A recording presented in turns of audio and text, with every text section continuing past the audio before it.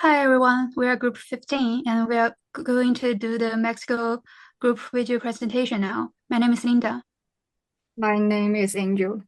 I'm Celine. I'm Mariam. And I'm Zara. Firstly, we want to talk about the general information of Mexico. It is a federal republic sovereign state in North America, and this is the map of the Mexico. There are a huge population which exists 128 million. And for the cultural dimension, it blends ancient India civilization with Spanish colonial culture. And also there are some cultural heritage in Mexico, like the traditional festival, Day of the Dead. One of my favorite movie called Coco is centered around this festival, and some Mexican cuisine like taco, burritos, guacamole. For the regional part, most of the population in Mexico identifies as Roman Catholic. Today, we are going to talk about three main topics, especially after COVID-19 pandemic: structure of education system, gender inequality, and economic influence. And the last one is education policies. Mexico's education system is key to the country's development and offers a complex structure influenced by so many different factors across Mexico, this including history, socio-economic conditions, and government policies. It is also influenced by cultural factors, for example, indigenous languages and traditions. Some key features of the Mexican education system is it has three main stages: basic education, which is free and provided by the government and also compulsory; upper education, also known as high school, which is 2 to 3 years; and higher education. This includes university and technical careers. However, there are some challenges in the Mexican education system.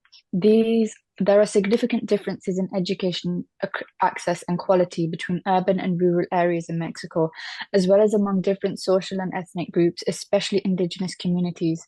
Despite improvements, the quality of education varies across Mexico.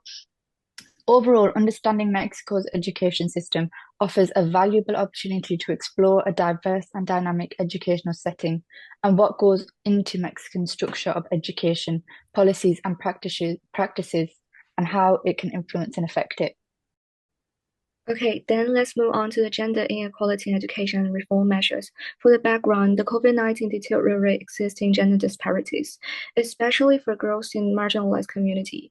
And there are some negative impacts like increased domestic responsibility, early marriage, and domestic violence.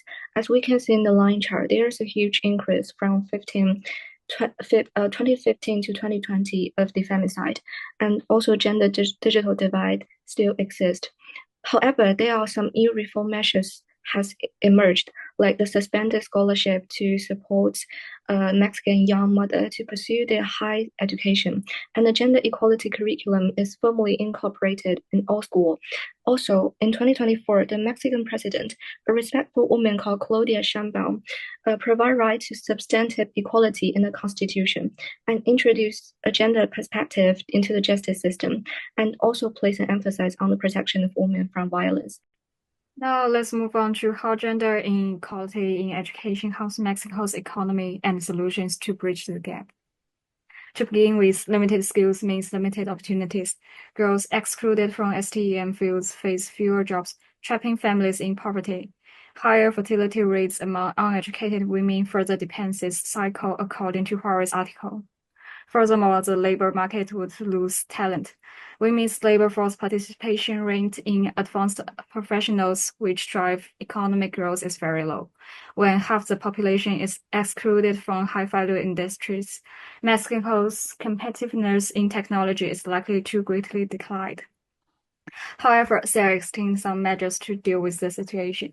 Firstly, funding scholarships for girls and building more schools in marginalized communities are of benefit. Secondly, the government should enforce gender inequality policies in education to monitor schools. Last but not least, launch nationwide campaigns to challenge stereotypes about women's roles. Fortunately, progress is happening as the chat shows. The gender gap in universities is narrowing, but we must accurate reforms for a stronger economy. The next part is modern education policies. I'll briefly talk about the transformation of Mexico's education policies, especially after free education was introduced in 1917s. In 1917s, Mexico Constitution made education circular, free, and compulsory. aiming to limit the church influence and promote national unity. A few years later, in 1921, the government creates the Secretariat of Public Education to strengthen rural school, adult literacy, and cultural programs. From the 1940s to 1980s, Mexico expanded schooling to 9 years, developing technical education and improved school training through the National Pedagogical University. The teacher union, founded in 1943, also becoming an important voice in education policy. By the 1990s, reforms focus on the improving access and quality, including program offering subsidy to low-income families. In 2013, a controversial reform introduced mandatory teacher evaluation, sparking protest. Finally, in 2019, a new amendment reaffirmed evaluation as a university right, make 15 years of schooling compulsory from preschool through high school.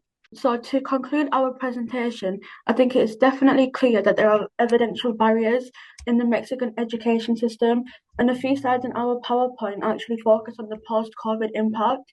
So from concluding this slide, the structure of the Mexican education system, it's quite clear that the structure is quite similar to the UK structure, in the sense we have a primary and secondary education, which is compulsory, and then there's an optional further education, higher education. Though unlike the UK, the Mexican education system, the access rates are not quite equal for all people, especially for the indigenous communities living in rural areas with high rates of poverty. Now, this links with the gender inequality because there is a huge economic impact, not just on access, but on the gender, the female equality.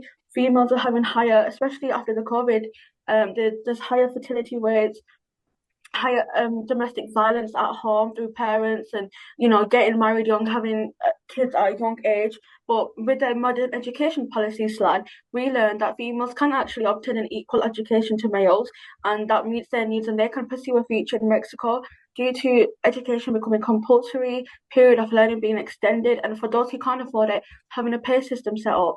Introducing these policies contributes and promotes an equal education for all, regardless of their background, their wealth, the area of living, the geographical locations. The final one is our reference. Thank you. for Thank you for watching.